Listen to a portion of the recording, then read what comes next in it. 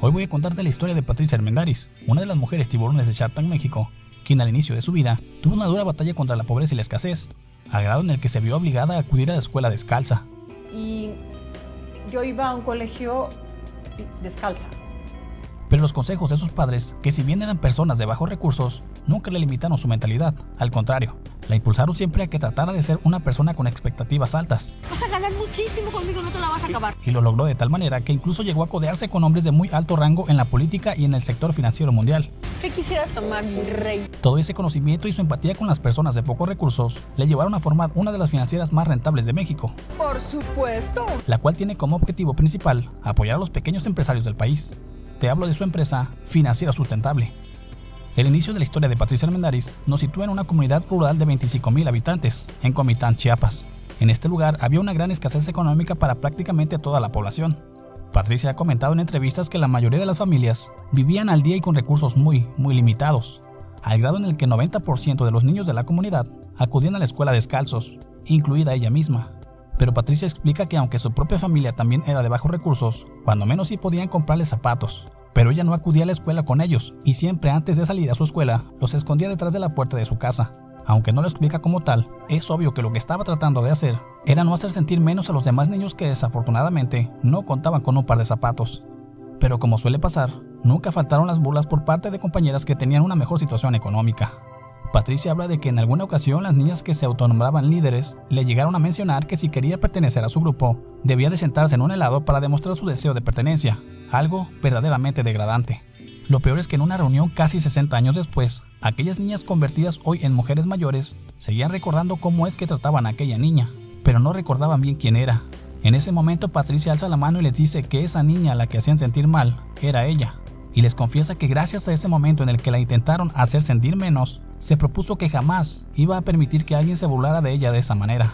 Pero existía este grupito de niñas bien, ¿no? Y niños bien. Y tuve una reunión con ellas hace unas semanas y estaban platicando entre sí y decían entre ellas, ¿te acuerdas a quién le decíamos que si quería pertenecer a mi grupo tenía que sentarse en un helado? Y seguían buleando a sus 60 años. Y les digo, era yo. Y les quiero confesar una cosa, les dije. La decisión más importante de mi vida tomé ese momento de decir que a mí jamás nadie más me iba a bulear de esa manera. Su padre y madre fueron los que le guiaron por el buen camino. Patricia recuerda cómo es que su madre le daba uno de los consejos más simples, pero verdaderamente de los más escasos hoy en día.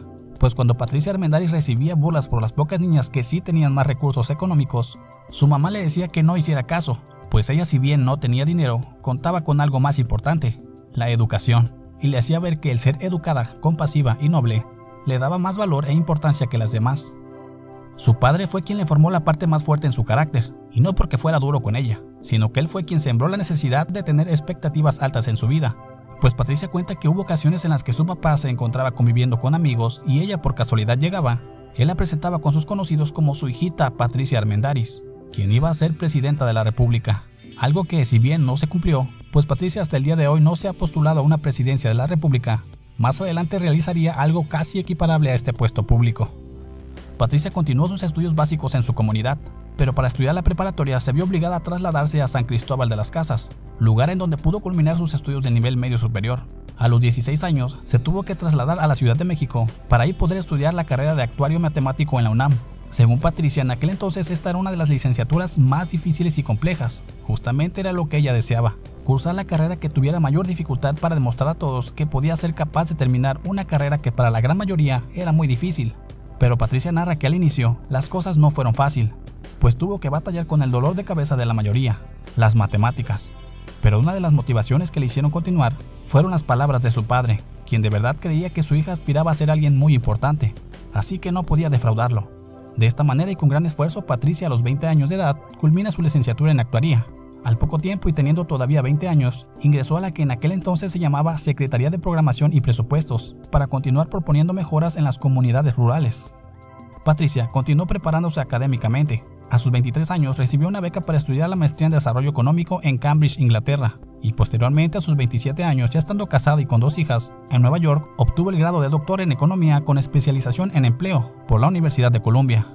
A sus 35 años de edad, Patricia es contratada como asesora del entonces secretario de Hacienda. Su misión era especializarse en liberación de servicios financieros, un conocimiento que un año más tarde lo utilizó para ser la negociadora del Tratado de Libre Comercio de América del Norte, en el rubro de servicios financieros. En esta etapa, Patricia narra que mientras veía a los demás compañeros acompañando al secretario a diferentes eventos políticos, ella estuvo prácticamente encerrada en un cuarto leyendo demasiados libros para que su especialización en servicios financieros estuviera al nivel de la futura negociación.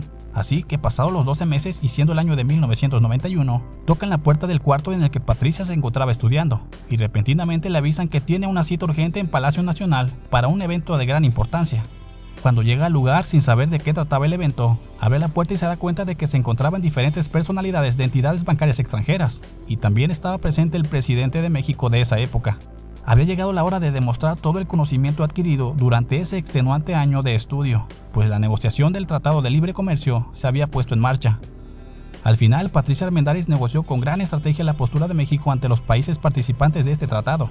Sin duda, a estas alturas las palabras de su padre cuando le decía que ella sería presidente de la República casi se habían cumplido, pues negociar un tratado tan importante para el país para nada es poca cosa. En el 94 se desempeñó como vicepresidente de supervisión de la Comisión Nacional Bancaria y de Valores, donde estuvo 9 años luchando mayormente por la consolidación y salud del sistema bancario mexicano. Para el 99, Patricia Armendáriz, ya divorciada, fue nombrada como directora asociada del Banco de Pagos Internacionales. Esto gracias a su experiencia en la resolución de la crisis bancaria mexicana de 1994. Dentro de este organismo, fungió como negociadora del Tratado de Basilea, un acuerdo que vela por la sanidad de las entidades bancarias del mundo. Además de eso, Patricia se dedicó a capacitar reguladores en todo el mundo. Pero en el 2002, después de servir a países latinoamericanos como Bolivia, Ecuador y República Dominicana, lugares en los que aportó su conocimiento para ayudarles con el manejo de sus crisis bancarias, Patricia retorna a México. Pero en su pensamiento ya no estaba tanto el deseo de continuar como reguladora. Ahora quería ser banquera, pues había aprendido las mejores prácticas bancarias en el anterior puesto internacional que había ocupado. Así que en ese mismo año se integra al equipo del Banco Banorte, como asesora del presidente del consejo. De hecho, se sabe que fue en este lugar de trabajo en donde Patricia desarrolló la pasión por ayudar y desarrollar a las pymes, pequeñas y medianas empresas. Así que en el 2006, Patricia Armendáriz, de la mano con otros socios, crea su propia empresa, Credipyme, en la cual su claro objetivo era ayudar exclusivamente a los pequeños y medianos empresarios.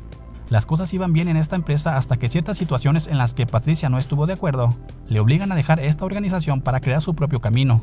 Es ahí cuando, para continuar con su sueño de apoyar a las pymes del país, en febrero de 2013, funda Financiera Sustentable, una empresa que tiene implícita la esencia de ser un banco para la gente que no tiene acceso a un crédito, pues generalmente aquellos microempresarios del país son menospreciados por el sector bancario, y en su desarrollo muchas veces no tienen acceso a un financiamiento que les ayude a crecer. Por esa razón, la iniciativa de Patricia Armendáriz con Financiera Sustentable sin duda resulta ser un gran apoyo para las pymes de México.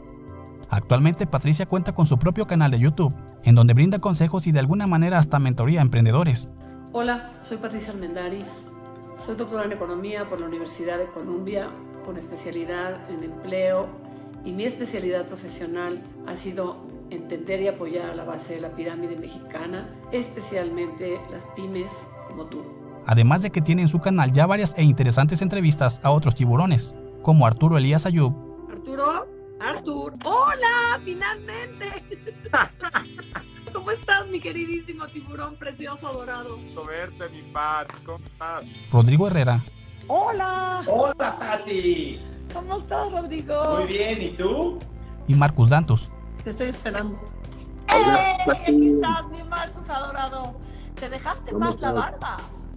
También mantiene vinculación con Banorte como la primera consejera independiente mujer de este grupo financiero, y es miembro activo de su comité de auditoría. Es presidenta de la ONG llamada Nabolom, la cual tiene como finalidad preservar las etnias de Chiapas.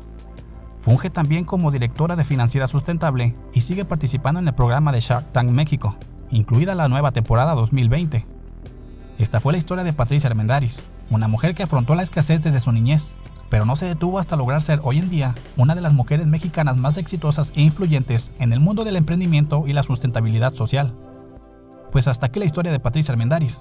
Si te gustaría seguir conociendo la historia de los demás tiburones, estaría bien me lo comunicaras en los comentarios. Así que muchas gracias y hasta la próxima.